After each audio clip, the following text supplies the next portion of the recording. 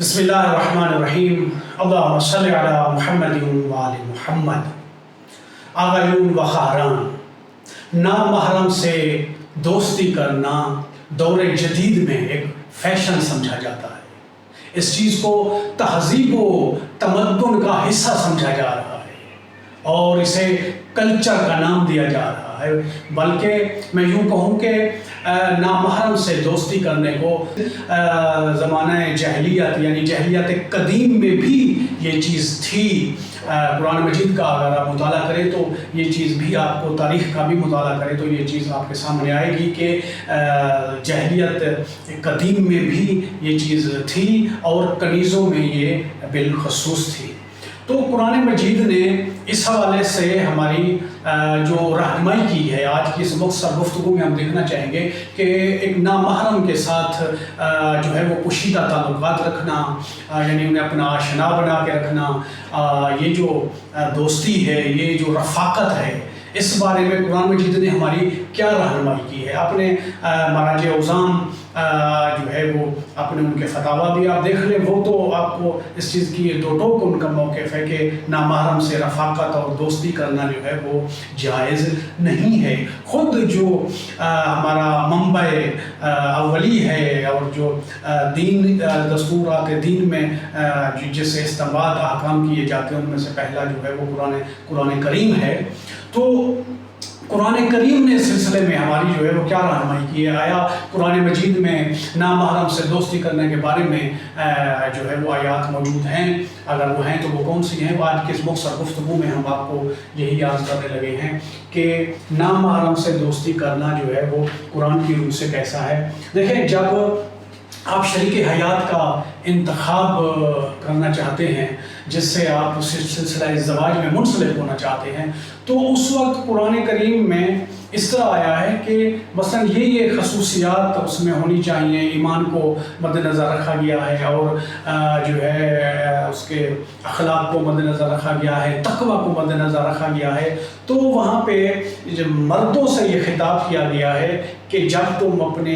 اس شریک حیات کا انتخاب کرتے ہو تو اس میں یہ دیکھو، یہ سورہ نساء کی آیت نمبر 25 میں وہاں پہ آیا ہے کہ مثلا غیر مصافحات ولا متخذات اخدان، یعنی تم جس کو شریک حیات بنانا چاہ رہے ہو، یہ مردوں سے خطاب کیا جا رہا ہے کہ وہ در پردہ آشنا رکھنے والی نہ ہو، یعنی اس کی آشنائی نہ ہو، یعنی اس نے کوئی رفاقت یا دوستی نہ بنا رکھی ہو۔ اور اس سے تفسیر کا مطالعہ کریں تو یہ چیز آگے تک بھی جاتی ہے، جیسے لا تقربوا الزنا، اس میں بھی اس کو ذکر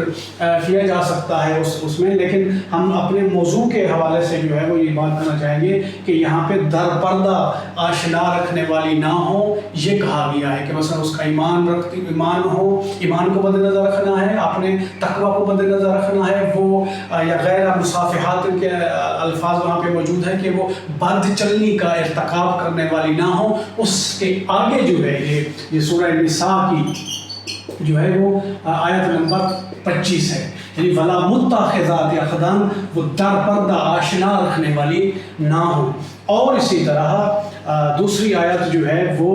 اس میں آیا ہے، سورہ مائدہ کی آیت نمبر 5 میں آیا ہے، وہاں پہ یعنی خواتین کو وہ کیا گیا ہے، مخاطب کیا گیا ہے کہ آپ نے اپنے جو شریک حیات کا جو انتخاب کرنا ہے وہ کیسا ہونا چاہیے، ولا متخذی اخدان، یعنی وہ یعنی چوری چھپے، آپ ایسے مرد کا انتخاب کریں کہ جو چوری چھپے آشنایاں نہ رکھنے والے ہوں۔ یہاں پہ مردوں کو خطاب کر کے اس چیز کی طرف توجہ دلائی گئی ہے، اور یہاں پہ خواتین کو توجہ دلائی گئی ہے کہ وَلَا مُتَّخِذِي اخدان جو ہے وہ اس کا آشنائیاں رکھنے والے نہ ہوں، ان کے چوری چھپے جو ہے وہ تعلقات جو ہے وہ نہ ہوں. اور اسی طرح یہاں پہ ایک تیسری آیت بھی موجود ہے کہ جس سے ہم اس مطلب کو سمجھ سکتے ہیں، وَلَا تَقْرَبُوا الْفَوَاحِشَ مَا ظَهَرَ مِنْهَا وَمَا بَطَنَ. یعنی بے حیائی کے قریب نہ جاؤ، وہ چاہے جو خواہ وہ آشکار ہوں، وما بطن، اور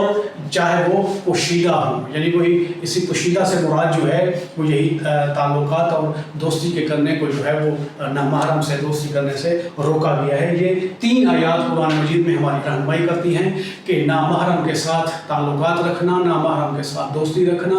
جو ہے وہ جائز نہیں ہے. لہٰذا آج کے جوانان جو ہے وہ اس چیز کو فیشن سمجھنے لگے ہیں، تو بالکل یہ قرآن کی مخالفت میں ہے، سنت پیغمبر کی اس میں بھی نہیں آتا ہے، نہ جو ہے وہ سیرت ائمہ علیہم السلام اس چیز کی طرف تعلیم دیتے ہیں، بلکہ وہ ان چیزوں سے روکتے ہیں.